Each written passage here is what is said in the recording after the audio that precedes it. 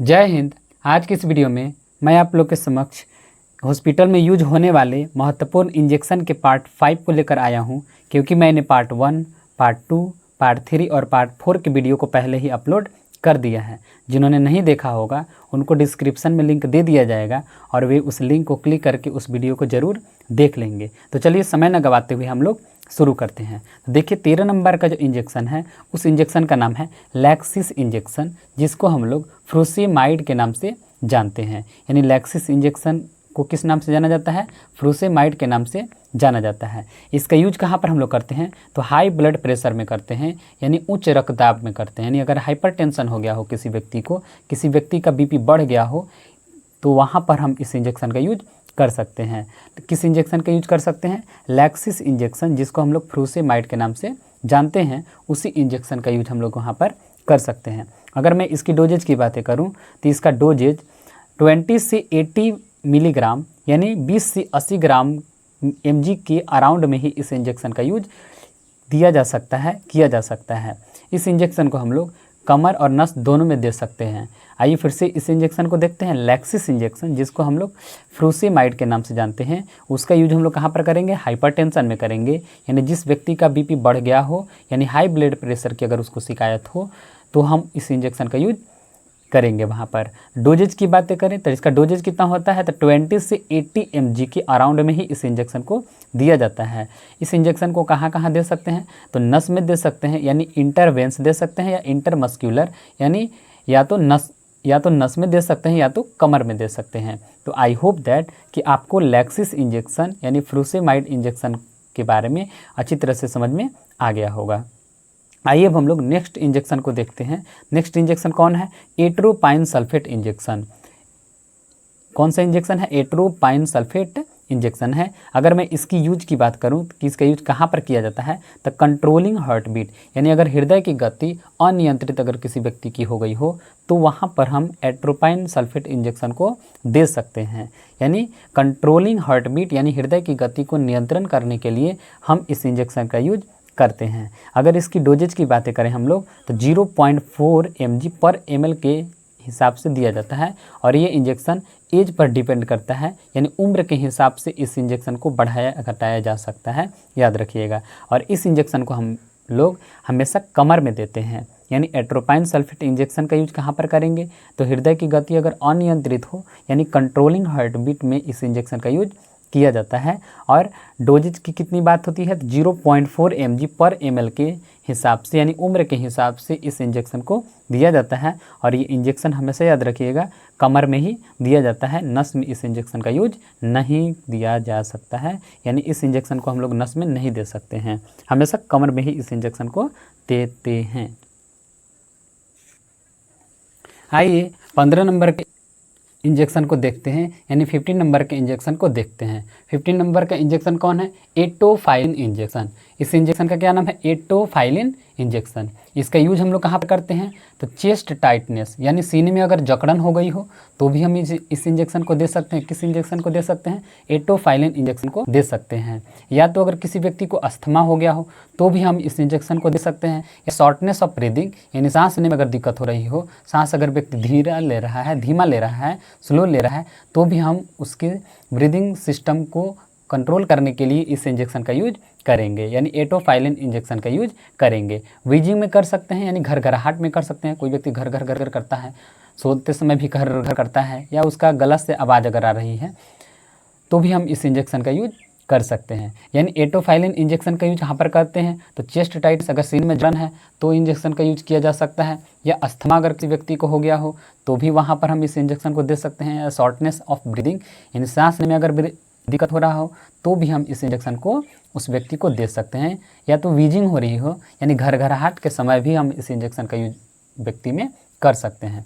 अगर मैं इसकी डोजेज की बातें करूँ 1.5 ग्राम यानी 1.5 ग्राम 3 टाइम्स यानी 3 बार, दिन में 3 बार इस इंजेक्शन को दिया जाता है। और इस इंजेक्शन का यूज हमेशा याद रखिएगा कहाँ पर हम लोग करेंगे? तो यूज तो मैंने यहाँ बता दिया। इस इंजेक्शन को हम लोग कमर में और नस दोनों में दे सकते हैं। और अधिकांश स्थितियों में याद रखिएगा इसके साथ साथ अगर डेक्सामेथासोन इंजेक्शन अगर दीजिएगा, यानी एटोफाइलिन इंजेक्शन में अगर डेक्सामेथासोन इंजेक्शन को मिला करके और अगर व्यक्ति को दिया जाए तो इसका जो असर है वो डबल हो जाता है, यानी ज़्यादा असर करता है, मतलब ज़्यादा एक्टिव रहता है, ज़्यादा काम करता है। याद रखिएगा मैंने क्या कहा कि अगर एटोफाइलिन इंजेक्शन में अगर हम लोग कौन सा इंजेक्शन को मिला लेंगे, डेक्सामेथासोन अगर इंजेक्शन को मिला लिया जाए तो इसका जो असर होता है वो अधिक देखने को मिलता है, यानी ज़्यादा ये असर दिखाता है, ज़्यादा वर्क करता है, ज़्यादा काम करता है। फिर से एक बार इस इंजेक्शन को रिवाइज पूरा को कर लिया जाए तो एटोफाइलिन इंजेक्शन का यूज हम लोग कहाँ पर करेंगे, तो चेस्ट टाइटनेस यानी सीने में जकड़न होगा तो भी हम इंजेक्शन को यूज कर सकते हैं। अस्थमा में इस इंजेक्शन को दिया जाता है, या शॉर्टनेस ऑफ ब्रीदिंग यानी सांस लेने में अगर दिक्कत हो रही हो तो भी हम इंजेक्शन को दे सकते हैं, या घरघराहट के समय भी इस इंजेक्शन का यूज किया जा सकता है। डोजेज कितनी होती है, तो 1.5 ग्राम 3 टाइम्स इंजेक्शन को दिया जाता है, यानी 3 बार दिया जा सकता है। इस इंजेक्शन को कमर या नस में कहीं पर भी दे सकते हैं। अधिकांश स्थिति में मैंने क्या कहा था कि इस इंजेक्शन में डेक्सामेथासोन इंजेक्शन अगर मिला दिया जाए तो इसका असर ज़्यादा देखने को मिलता है, यानी एटोफाइलिन इंजेक्शन और ज़्यादा काम करता है। तो आई होप दैट कि आपको एटोफाइलिन इंजेक्शन के बारे में अच्छी तरह से समझ में 17 नंबर के इंजेक्शन आ गई होगी। देखते हैं 17 नंबर का इंजेक्शन कौन है, mannitol infusion injection. Mannitol infusion injection इसका यूज हम लोग कहाँ पर करते हैं, तो लो इंट्राक्रेनिकल प्रेशर यानी निम्न अंतःकपालीय दाब, जहाँ पर प्रेशर ज़्यादा रह रहा हो क्रेनिकल में, वहाँ पर अब हम इंजेक्शन का यूज करेंगे। या तो पोस्ट ऑपरेटिव आई या ब्रेन सर्जरी, यानी अगर आपको आँख की ऑपरेशन हुआ हो या तो ब्रेन का ऑपरेशन हुआ हो तो उसके बाद हम इस इंजेक्शन को देंगे, यानी मैनिटोल इन्फ्यूजन इंजेक्शन को भी देंगे उस समय। और डोजेज की बातें करें तो 100 ml इन 1 आवर, यानी एक घंटा में देंगे। 100 ml के अकॉर्डिंग इस इंजेक्शन को दिया जा सकता है। और इस इंजेक्शन को हमेशा याद रखिएगा कहाँ दे सकते हैं, तो नस में ही दे सकते हैं, कमर में इस इंजेक्शन का यूज नहीं किया जा सकता है। तो आइए अब इसके साइड इफ़ेक्ट को देख लेते हैं, कॉमन साइड इफ़ेक्ट इसको देख लेते हैं। तो सिर दर्द हो सकता है यानी हेडेक हो सकता है, डीजी चक्कर आ सकती है, या वोमिटिंग यानी उल्टी आ सकती है, और भी बहुत सारे साइड इफ़ेक्ट इसके हो सकते हैं।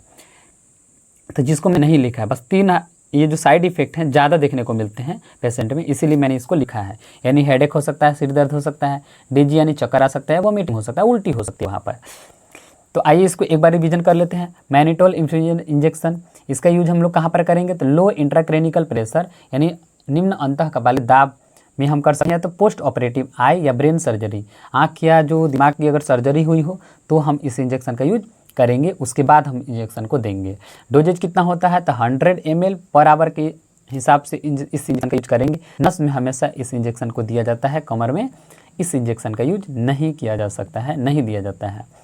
इसके कॉमन साइड इफ़ेक्ट मैंने क्या बताया था, हेडेक हो सकता है यानी सिर दर्द हो सकता है, डीजी यानी चक्कर आ सकता है, या वोमिटिंग उल्टी हो सकती है। तो यही इसके कॉमन साइड इफ़ेक्ट हैं। तो आई होप दैट कि आप लोगों को 17 नंबर यानी मैनिटोल इन्फ्यूजन इंजेक्शन के बारे में समझ में आ गया होगा। तो आइए अब हम लोग 80 नंबर के इंजेक्शन को देखते हैं। 80 नंबर का इंजेक्शन कौन है, आइसोप्रेनालिन इंजेक्शन, यानी आइसोप्रेनालिन इंजेक्शन आईपी यानी इंडियन फार्माकोपी की दवाई होती है, आईपी लिखा हुआ रहता है उसमें। इसका यूज कहाँ पर करेंगे, द कंप्लीट हार्ट ब्लॉकेज, यानी अगर हृदय की गति बिल्कुल रुक हो, अवरुद्ध हो गया हो, बहुत प्रॉब्लम हो रही हो हार्ट बीट होने में, तब भी हम इस इंजेक्शन का यूज करेंगे। या तो कार्डियक अरेस्ट यानी दिल का अगर दौरा पड़ गया हो किसी को तो भी हम इस इंजेक्शन का यूज कर सकते हैं।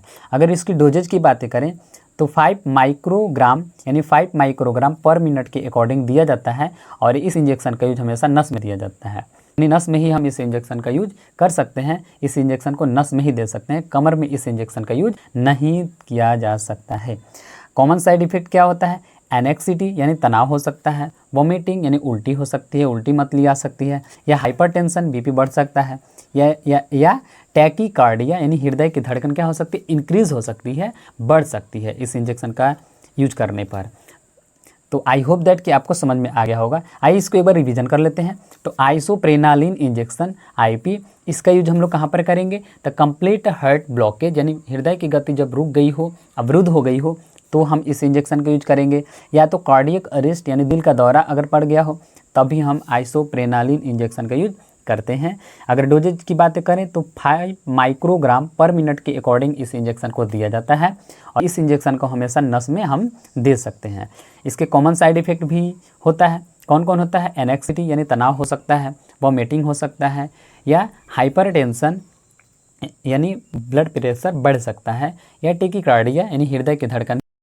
आइए अब हम लोग 19 नंबर के इंजेक्शन को देखते हैं। 19 नंबर के इंजेक्शन कौन है? वैसोप्रेसिन इंजेक्शन आईपी, यानी vasopressin injection IP Indian pharmacopoeia की ये भी दवाई होती है। इसका यूज हम कहाँ पर करेंगे? तो कंट्रोल यूरिनेशन, अगर पेशाब में नियंत्रण करना है, अगर पेशाब की मात्रा अगर बढ़ घट गई हो, मतलब पेशाब अगर कम हो रहा हो या तो बार बार हो रहा हो, तो मतलब कंट्रोल करने के लिए, पेशाब को, यूरिनेशन को कंट्रोल करने के लिए हम इस इंजेक्शन का यूज करते हैं। अगर डोजेज की बातें करें तो इसका डोजेज क्या होता है? 0.03 यूनिट पर मिनट के अकॉर्डिंग इस इंजेक्शन को नस में दिया जा सकता है।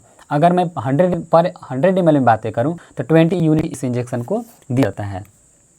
अगर इसकी साइड इफ़ेक्ट की बातें करें तो इसका साइड इफ़ेक्ट बहुत सारा होता है, याद रखिएगा। एब्डोमिनल पेन यानी पेट में दर्द हो सकता है, या तो चेस्ट पेन छाती में दर्द हो सकता है, या तो कॉन्स्टिपेशन हो सकता है यानी कब्ज हो सकता है, यानी टॉयलेट में प्रॉब्लम हो सकता है, या तो व्यक्ति कभी कभी इसके साइड इफ़ेक्ट ये देखे गए हैं कि कोमा में भी व्यक्ति जा सकता है, या तो बैक यानी पीठ दर्द या कमर दर्द हो सकती है। तो याद रखिएगा, किसी भी इंजेक्शन का यूज करने से पहले आप डॉक्टर का सलाह जरूर ले लीजिएगा। डॉक्टर के परामर्श से ही, यानी डॉक्टर अगर प्रिस्क्राइब करता है तभी हम इस इंजेक्शन को दे सकते हैं या किसी भी इंजेक्शन को दे सकते हैं। मैंने जितना भी बताया है उसका यूज हम लोग सिर्फ और सिर्फ डॉक्टर की मदद से ही लेंगे, खुद से डॉक्टर बनने की कोशिश नहीं करनी है। आइए इसको एक बार फिर से रिवीजन कर लेते हैं। वैसोप्रेसिन इंजेक्शन आईपी, जिसका यूज हम लोग कहाँ पर करेंगे? कंट्रोल यूरिनेशन यानी पेशाब में नियंत्रण के लिए करेंगे, और डोजेज कितना होता है? 0.03 यूनिट पर मिनट के अकॉर्डिंग इस इंजेक्शन को नस में दिया जाता है। 100 ml में बात करें तो 20 यूनिट के अकॉर्डिंग दिया जाता है। साइड इफेक्ट क्या क्या होता है? एब्डोमिनल पेन यानी पेट में दर्द हो सकता है, चेस्ट पेन हो सकता है यानी छाती में दर्द हो सकता है, कॉन्स्टिपेशन हो सकता है, कब्ज हो सकता है, व्यक्ति कभी कभी कोमा में जाने का संभावना रहता है उसको, या तो बैक पेन यानी पीठ दर्द हो सकता है, कमर दर्द हो सकता है।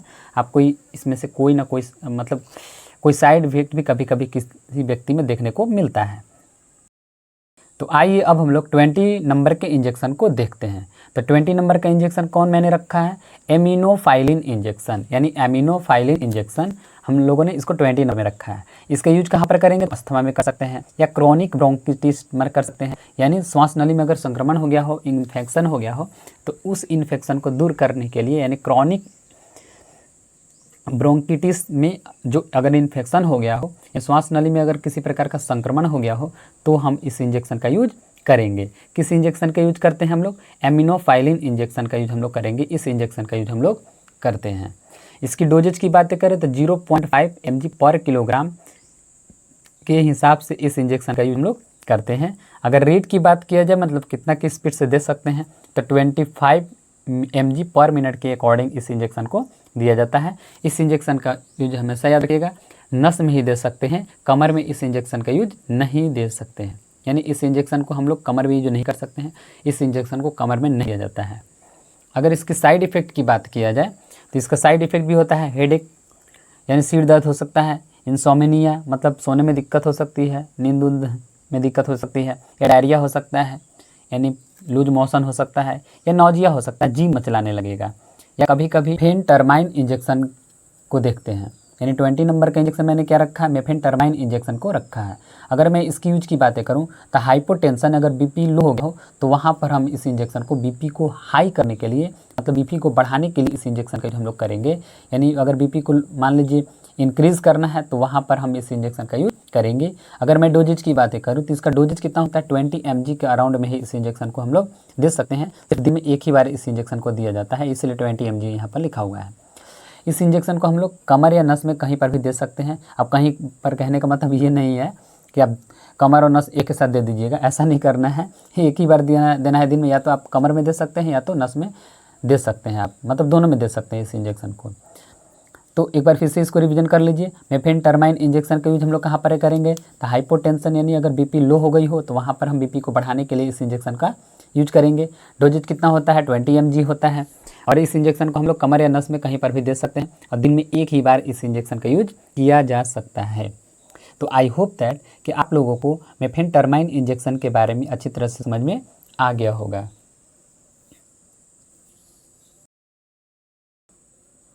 आइए अब हम लोग 22 इंजेक्शन यानी एट्रोपाइन इंजेक्शन को देखते हैं। इसका यूज हम लोग यहाँ पर करते हैं। तो देखिए, टू रिड्यूस सैलिवा एंड फ्लूइड, यानी किसी व्यक्ति के अंदर सैलिवा यानी लार की मात्रा बढ़ गई है या तो तरल पदार्थ यानी पानी लिक्विड वाला पदार्थ व्यक्ति के शरीर के अंदर बढ़ गया है, तो हम वहाँ पर उसको कम करने के लिए यानी सैलिवा यानी लार और तरल पदार्थ यानी जो द्रव पदार्थ होता है, पानी जैसा पदार्थ होता है, पानी मान लीजिए बढ़ गया है व्यक्ति के अंदर, तो हम एट्रोपाइन इंजेक्शन का यूज डॉक्टर की मदद से कर सकते हैं। दूसरा क्या है, to reduce the effect of poison, यानी व्यक्ति अगर मान लीजिए मशरूम खा गया है, उसकी वजह से उसको पॉइजन हो चुका है, मतलब उसके शरीर में पॉइजन हो चुकी है, मान लीजिए जहर वहर उसमें लगभग लग रहा है उसको कि जहर वहर उसकी वजह से हो गई है, तो वहाँ पर हम डॉक्टर की सलाह से इस इंजेक्शन का यूज कर सकते हैं, यानी एट्रोपाइन इंजेक्शन का यूज हम लोग कर सकते हैं। नेक्स्ट क्या है, इन स्लो हार्ट रेट, हृदय की गति अगर धीमी हो गई है तो भी हम इंजेक्शन का यूज कर सकते हैं, यानी एट्रोपाइन इंजेक्शन की जो हम लोग कहाँ पर मैंने बताया, टू रिड्यूस सैलिवा एंड फ्लूइड, व्यक्ति के अगर अंदर लार बढ़ गया हो या तरल पदार्थ बढ़ गया हो तो उसको कम करने के लिए हम एट्रोपाइन इंजेक्शन का यूज कर सकते हैं, या to reduce the effect of poison, यानी जहर की असर को कम करने के लिए इस इंजेक्शन का यूज कर सकते हैं, यानी किस इंजेक्शन को, एट्रोपाइन इंजेक्शन का यूज कर सकते हैं। या इन स्लो हार्ट रेट, अगर हृदय की गति मान लीजिए धीमी हो गई है और इसको हमको इंक्रीज़ करना है, बढ़ाना है, तो हम इस इंजेक्शन का यूज कर सकते हैं, यानी एट्रोपाइन इंजेक्शन का यूज हम लोग वहाँ पर भी कर सकते हैं। अगर मैं इसकी डोजेज की बातें करूँ कि इसका डोज क्या होता है, तो 0.4 mg पर ml, याद रखिएगा डोजेज कितना होता है, 0.4 mg पर ml के हिसाब से इस इंजेक्शन को दिया जाता है। कमर या नस में कहीं पर भी इस इंजेक्शन को हम लोग दे सकते हैं। साइड इफेक्ट भी होता है इसका, तो चेस्ट पेन, छाती में दर्द होने लगेगा, डिक्रीज विजन यानी दिखाई थोड़ा सा कम देगा, प्रॉब्लम होने लगेगी, देखने उखने में हो जाती है, या कभी कभी व्यक्ति को समझ लीजिएगा चौंरिया आ जाता है, ऐसा आप लोग सुने होंगे, उस तरह का यहाँ पर लगता है। या डिफ़िकल्टी इन पासिंग यूरिन, यानी पेशाब जो हम लोग जब करते हैं तो पेशाब को पास करने में यानी पेशाब करने में भी दिक्कत होती है इस इंजेक्शन का यूज करने के बाद।